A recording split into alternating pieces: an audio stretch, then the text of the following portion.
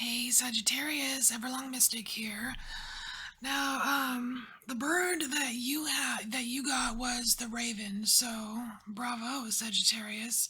You got the raven. It's a completely freaking magical bird, right?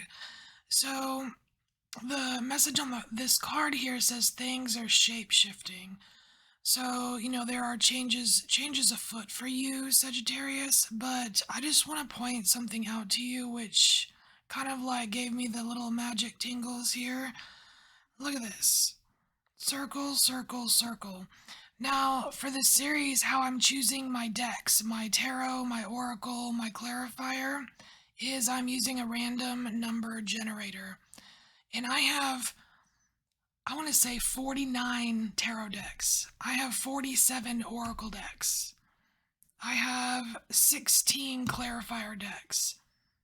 And your numbers chose all circles. I only have one circle tarot deck. I only have one circle oracle deck. And I only have one circle clarifier. This is crazy. The only other circle deck I have is the Tea Leaf Fortune, and it's not really a tarot, it's not really an oracle, but still, it's like circle, circle, circle.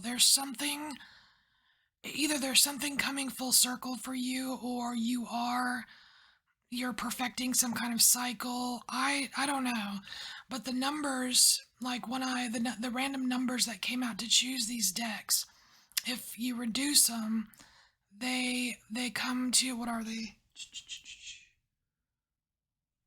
Oh, 4, 4, 6, 5.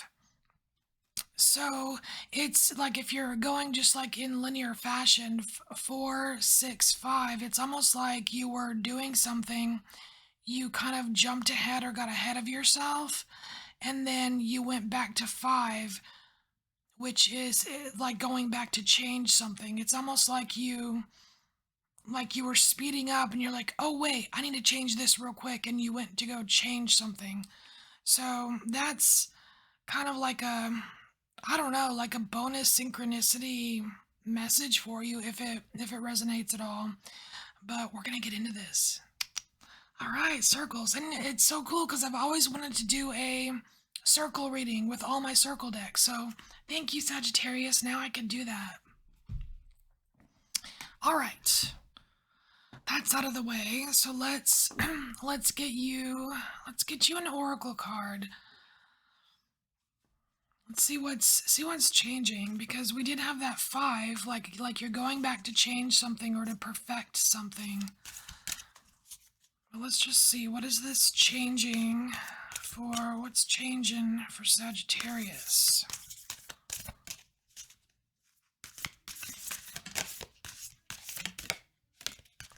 Man, a couple of them wanted to pop out.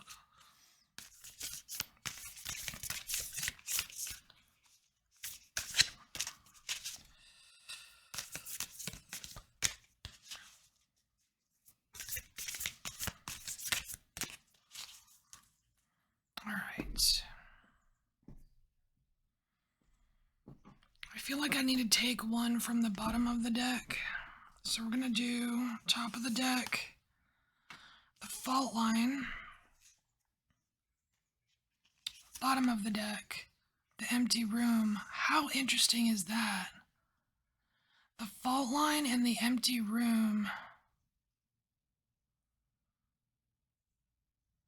Okay, so right away I can tell that the fault line is something, it's like this, like this big crack here, but because it's so dark, right? It's almost like the fault line is revealing the empty room. It's almost like it almost feels like a clean slate.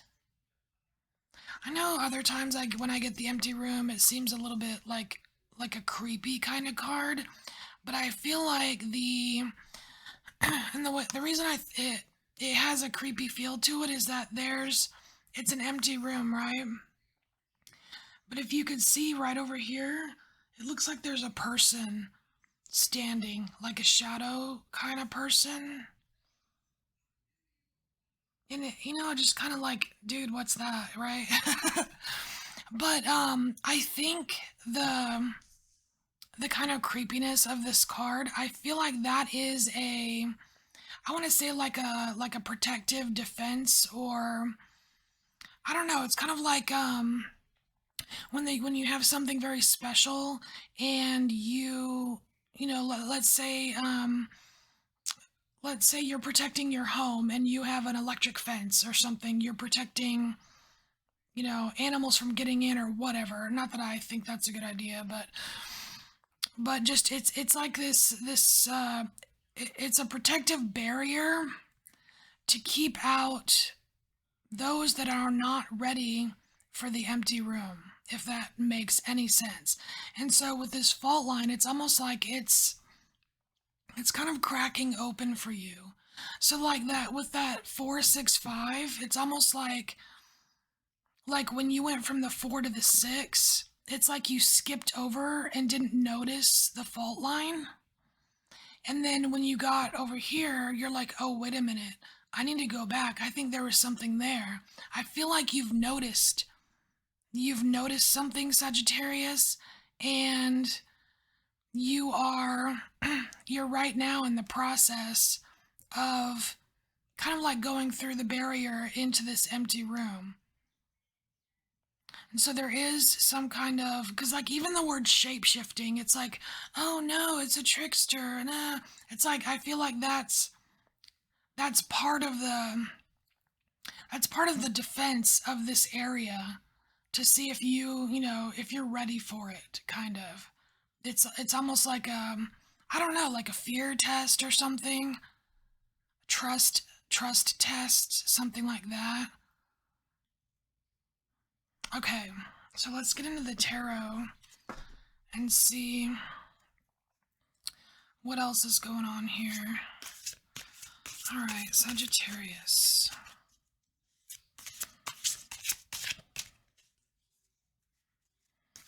Ah,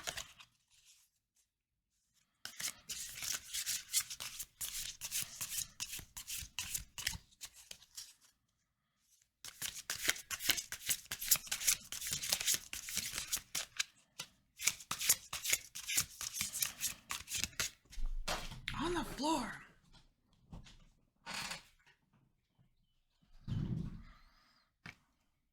Okay, so yeah, you're going somewhere. We have the 6 of swords, and what's really cool is that you have, wow, it's you're holding a sheep, and I mean it gives me Aries energy here. And Aries, it feels like Aries is kind of going through some kind of transformation themselves. It's like they were holding, it's weird. It's like Aries was holding, a while back, they were kind of holding back and kind of tempering themselves. And then now Aries is kind of like reigniting, right? And you, it's like you're taking a cue. It's like you're taking a cue from Aries, and you're kind of incorporating, it's almost like you are using their, it's like you're using what they've done, but like kind of making it your way, because you're a fire sign too. And I love that there's angel wings over here. And that's that knowing that you're protected, Sagittarius, and that is what's going to get you into this empty room. There's something in here for you.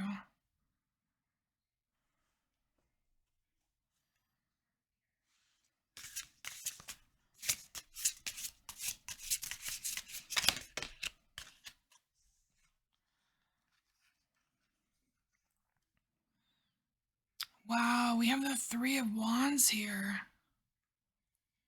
Oh my gosh, it's like you've got, not only do you have like angel energy just totally protecting you, but you have this huge dragon behind you. It's like you have dragon energy as well. There's no fear here. This is really cool. It's like this Three of Wands right here is just telling me that you're ready. You're ready, Sagittarius. For what? I don't know yet, but to get to whatever it is, it's through the empty room.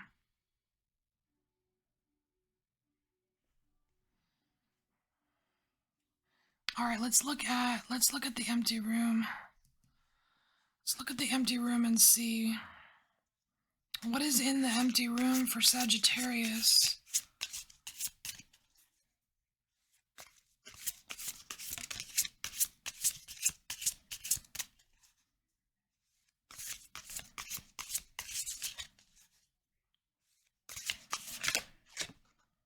Yeah, I'll take you.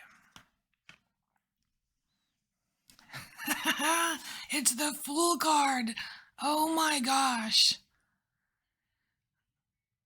That's hilarious. It's the Fool card. It's like, that's the final. It's like no matter what, no matter how prepared you are, no matter how much power you have behind you or how much power you're holding, no matter how protected you are, when you see this fault line that leads to the empty room, Sagittarius, you're still gonna have to jump. You're still gonna have to jump, so it's still gonna be like, there's still gonna be like, I wanna say a slight anxiety with it. Just that kind of like trusting in the unknown. That's exactly what this is. It's trusting in the unknown because this empty room is completely unknown.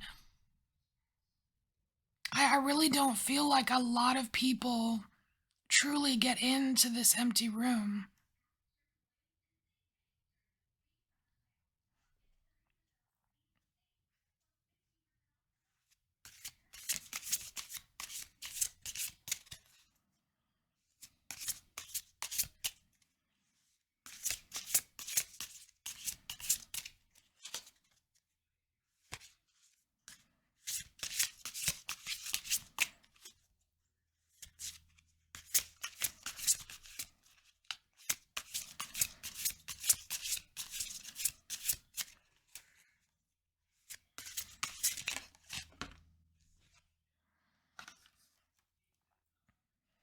Hermit. Okay, Sagittarius, you have the Hermit card.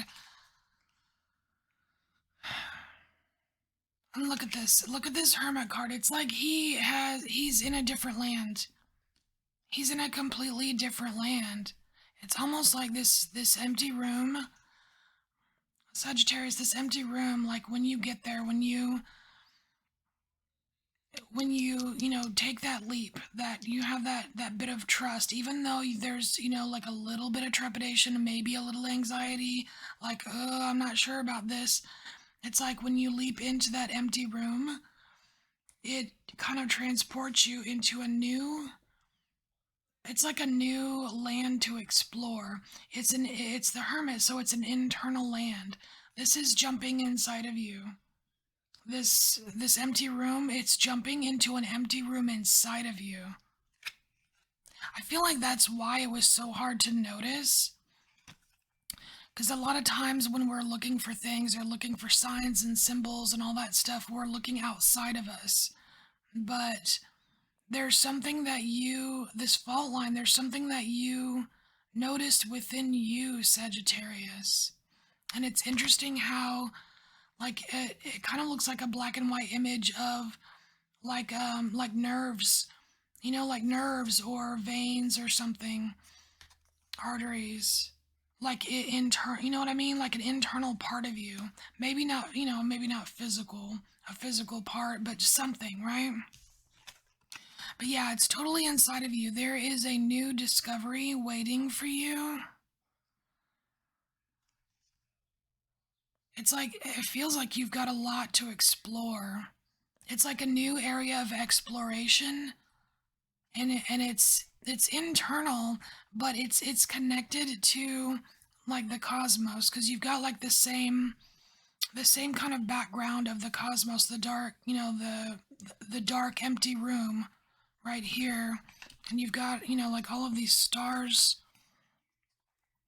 Stars here. So it's like you're meant to find this empty room.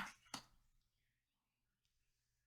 feel like we need one more of these. Is there anything else for Sagittarius?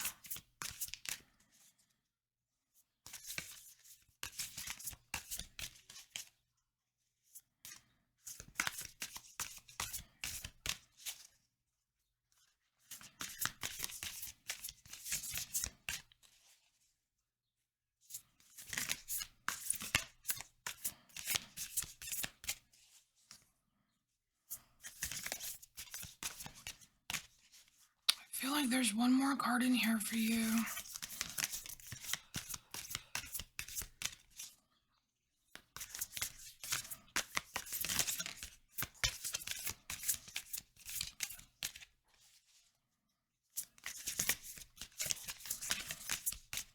Okay, I need to pick from the middle.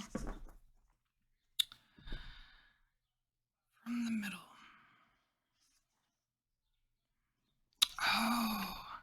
Oh my gosh, that is so cool. There's someone waiting for you. Sagittarius, there's someone waiting for you. Look. And this is like deep out there. This is deep out there. It's like this is what you're gonna find. It's like you find this new place to explore in the empty room. That's so cool. It's like you find the empty room by noticing, by going back and checking out this fault line, right? Then through the empty room, you take the jump, you go in the empty room. Through the empty room, you find this new place to explore, right? And during your exploration here, you find the mentor. It's like this mentor, this owl is waiting for you. And it's interesting because there's the sign that got owl is Scorpio. That is interesting. And I have not recorded the Scorpio reading yet. But maybe there'll be something in there for you. I don't know. But let's get some, let's see if we can get a little bit of information. Oh my gosh, it's already 17 minutes. I knew this was going to be long.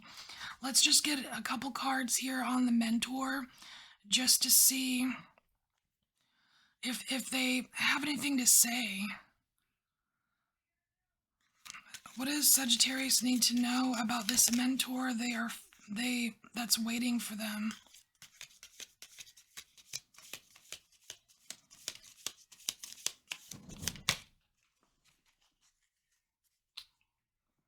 Oh, did you hear that? I had two squirrels fighting over the bird feeder.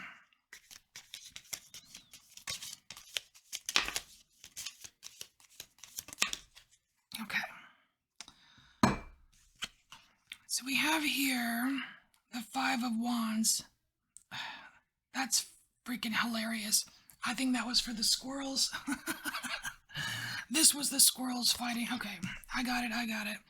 That's the squirrels fighting over the bird feeder, but there is some kind of, to me, like for you, Sagittarius, this Five of Wands it's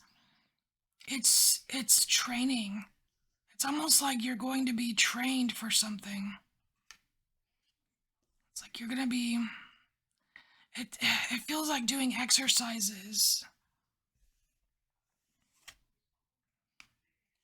It's like you're going to exercise a certain part of your psyche that you either one are not familiar with, or two don't feel like it's something that you can do. You know what I mean?